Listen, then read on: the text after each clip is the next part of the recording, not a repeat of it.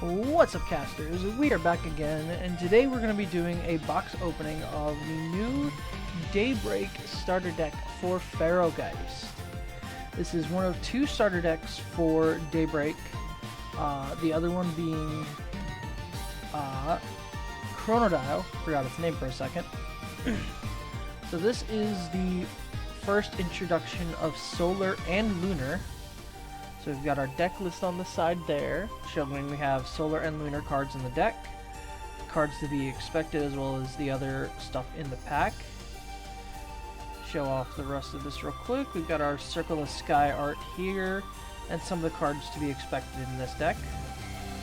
So we're going to open this on stream, we're going to go over it a little bit, and we're going to open up the packs and see what kind of stuff we can get. So Pharogeist is a new spectral type Elestral. It's a pretty interesting playstyle. We'll go over the cards once we get into it, but yeah, I've played a little bit against it, and it's pretty strong. But yeah, this deck just has some really good cards that are just overall useful, so even if you're not looking to play Pharogeist, it will get you a good set of counter runes. So inside the box we have our Solar dice, yellow and orange themed. Love that. We get 3 Daybreak booster packs. We get our how to play guide and our Pharogeist starter deck. So let's set this aside for now. We'll open the packs up afterwards, but there's also 2 possible stellars that we can get in this deck. We can get either Calf Mal, which is the 1-cost start of the Pharogeist Ascension line, or we can get a reverse stellar First Light, which is a 1-drop Invoker rune that lets you search out any Elestral that has a Solar in its cost and put it on top of your deck. So crack this bad boy open.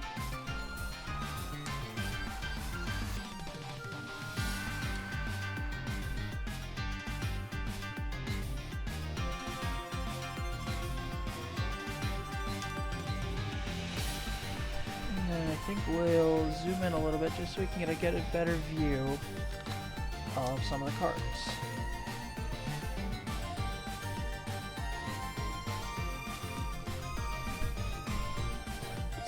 Down and adjust the camera.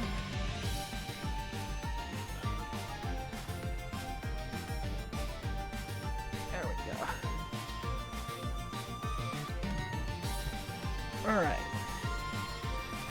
So, all the decks come with this little cheat sheet to give you an idea of what cards do what and how to go through the game. Let's take a look here. And we've gone a little blurry. Give me a second. Oop. Get we fixed pretty quickly. Cool. So here we have our Pharogeist. It is a 9 attack, 13 defense. Costs 2 lunar and a solar. This Pharogeist cannot be destroyed in battle and cannot be returned to hand by opponent's card effects. So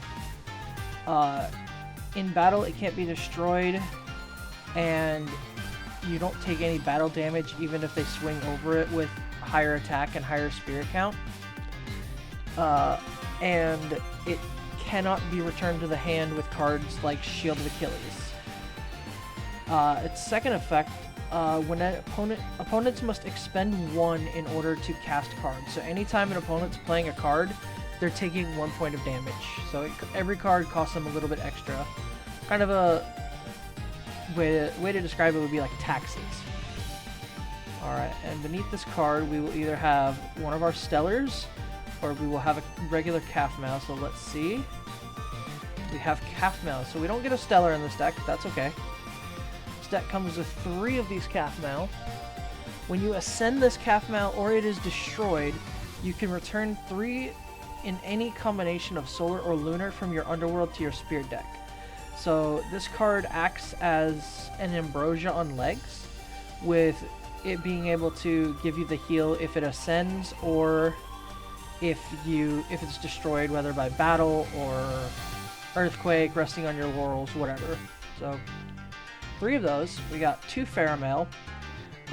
Second, middle stage.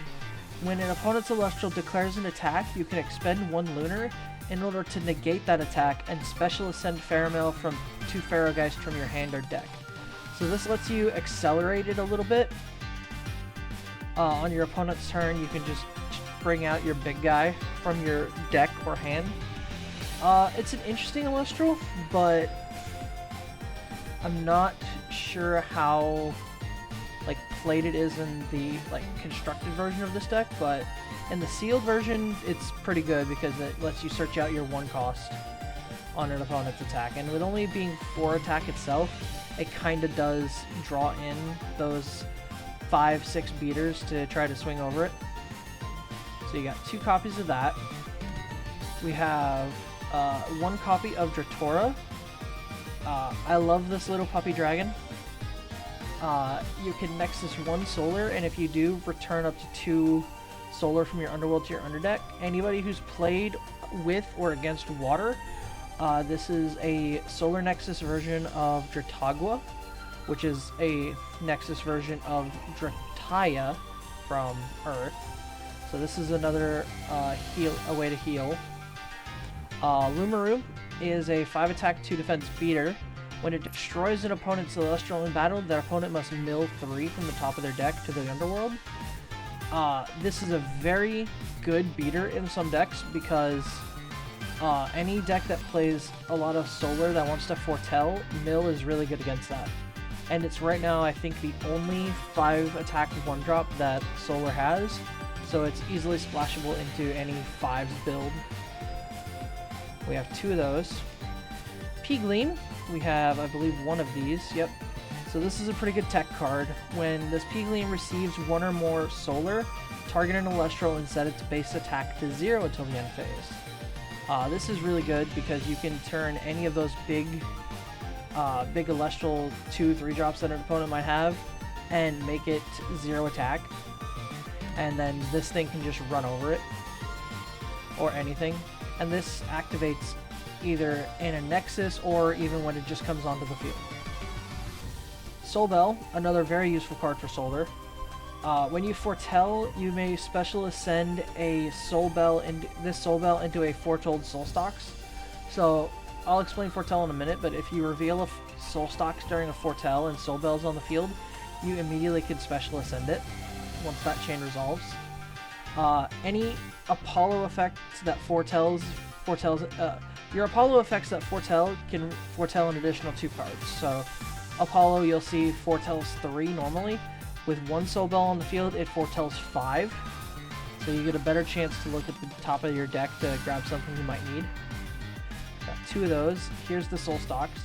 When Soul Stalks is special cast, you can enchant 2 Solar from your Underworld to your field. So you do your normal Ascension and then you get 2 more Solar back from the Underworld.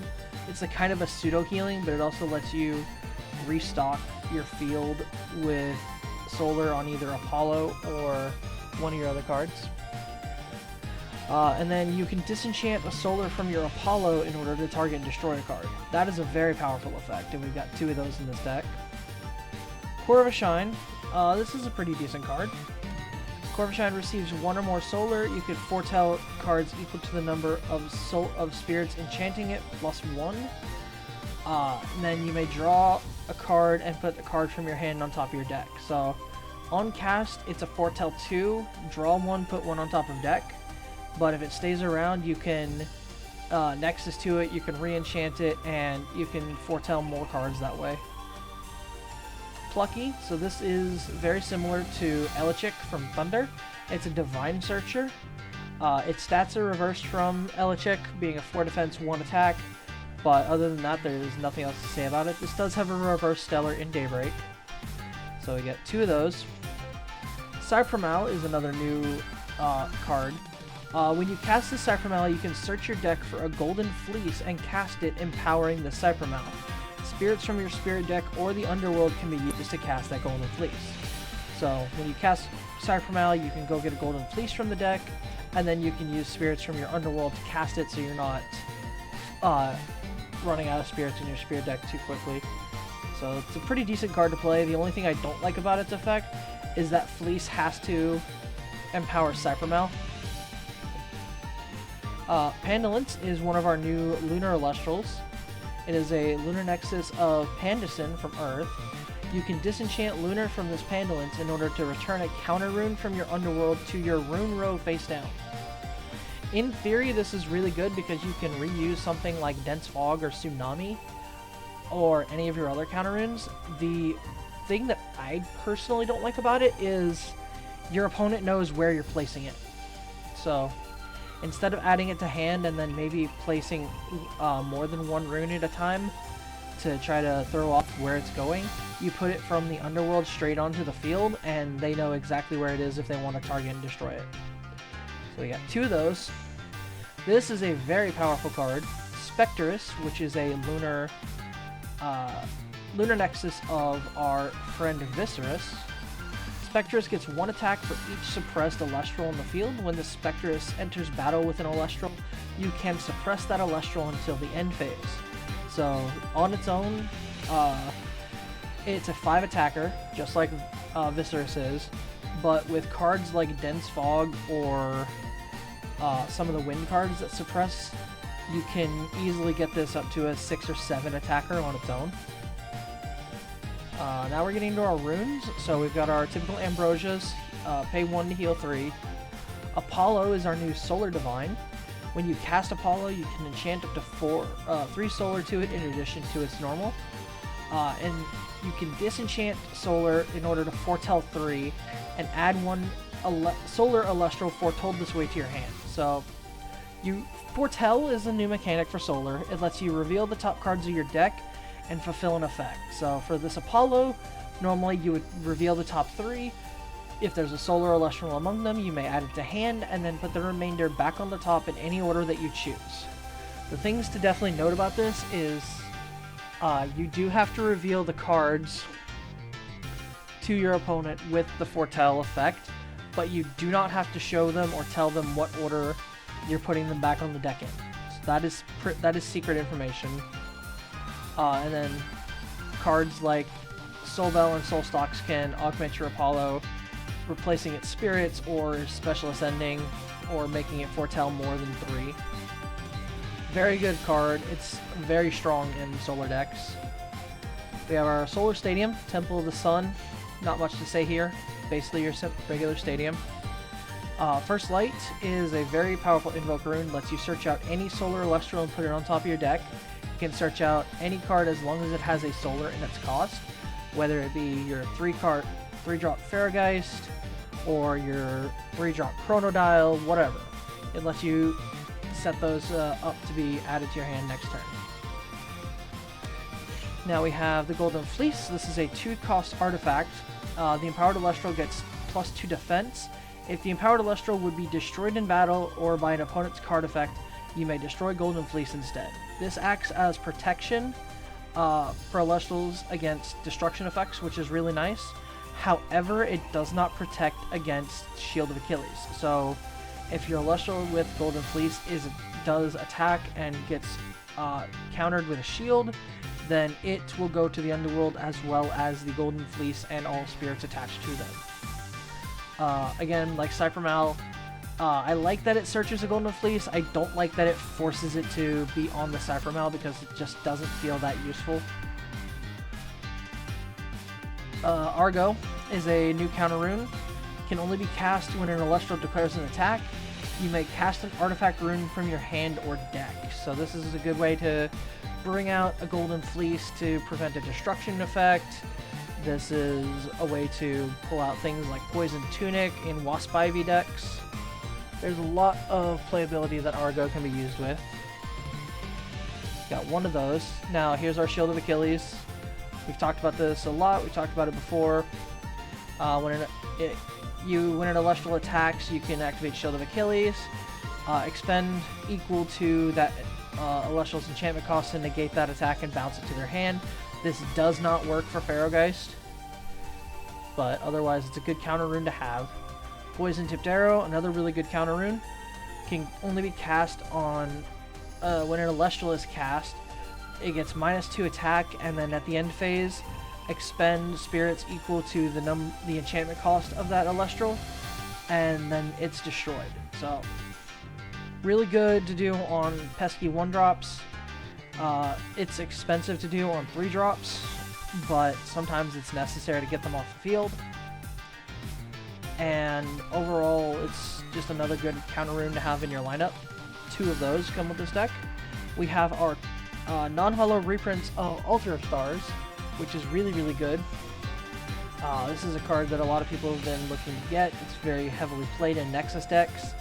It's a counter rune that lets you Nexus 1 and then change the position of an Elestral. So this is good to like reuse effects in Thunder like Toxion or Astrabbit, or in Solar to move spirits around and then stop attacks or protect an Elestral of your own. Another new counter rune, Dense Fog. This is a really good counter rune that suppresses each Elestral on the field unless they are Lunar Enchanted. Right now, it's really strong. When Moonrise comes out, I think this will lose a little bit of power because we'll have more Lunar Elestrals to deal with than we do right now. But I see this card being splashed as much as Tsunami, probably, where it'll be sided out against Lunar decks. Otherwise, it's a good way to suppress a bunch of things on the field and then power up your Spectress. So the deck comes with 2 of those. And finally, we're down to our spirits. We have 1, 2, 3, 4, 5, 6, 7, 8, 9, 10, 11, 12, 13 Solar Spirits, and 7 Lunar Spirits. So that is going to be the Pharogeist deck in its entirety. Overall, I think this deck is very solid, just out of the box.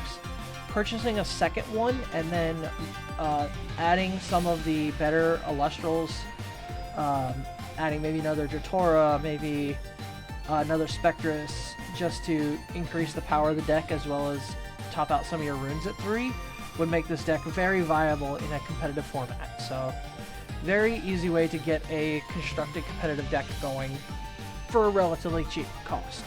$25 for each deck is pretty good to build a competitively viable deck.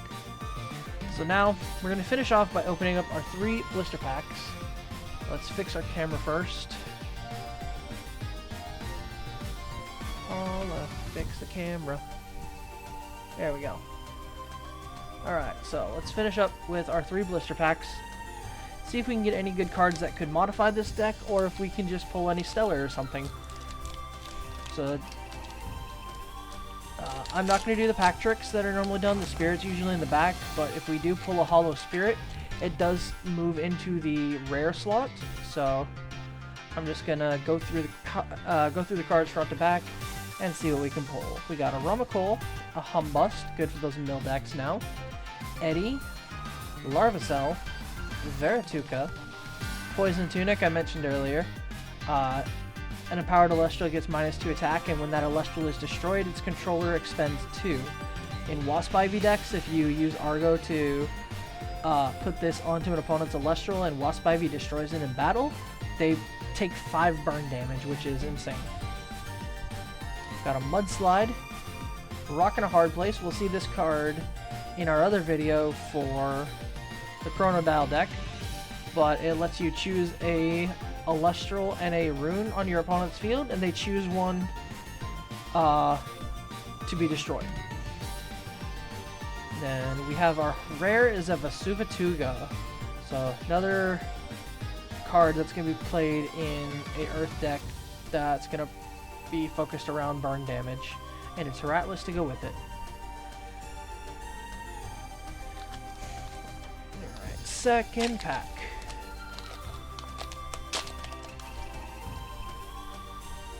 Got another Rumacole, Humbust, Eddie, Larvacell, Verituka, Javalucan, more Frosted Bat form, Pulsar, into a Heliolith Hollow. So this is one of the new Lith cards. Like the other Liths, this card can be normal cast for 2 if it's if a requirement is met for this one, if an artifact is enchanted on the field. When this is cast, you can bounce an Elestral to the hand. Really good to if you're playing a artifact themed or focused deck, and it's just a Shield of Achilles on legs. However, this still does not work against Pharogeist. Just a heads up. We have one final pack for this deck. So they did fix any issues there were with ratios from Frostfall to Daybreak. Hollows are back to a 1 out of 3 ratio. So if we get a second hollow, then we did really well. If not, we hit our 1 out of 3. So, and then some of these packs are just really difficult to open now. Alright. Last pack. Toxiswarm, which is a Wind Nexus of Toxion with the same effect. Rhynymph, Temple of the Sun, that gives us a third one of that for this deck. Guardian of the Fleece is another interesting counter rune introduced in Daybreak. This card can only be cast when an opponent activates a card effect that targets an artifact or empowered Elestral on your field. Negate that effect, then destroy that card. Then destroy a card on that opponent's field. So, if used properly in artifact-themed decks, this can protect not only your artifacts like Golden Fleece, but you also destroy something on your opponent's field after it resolves.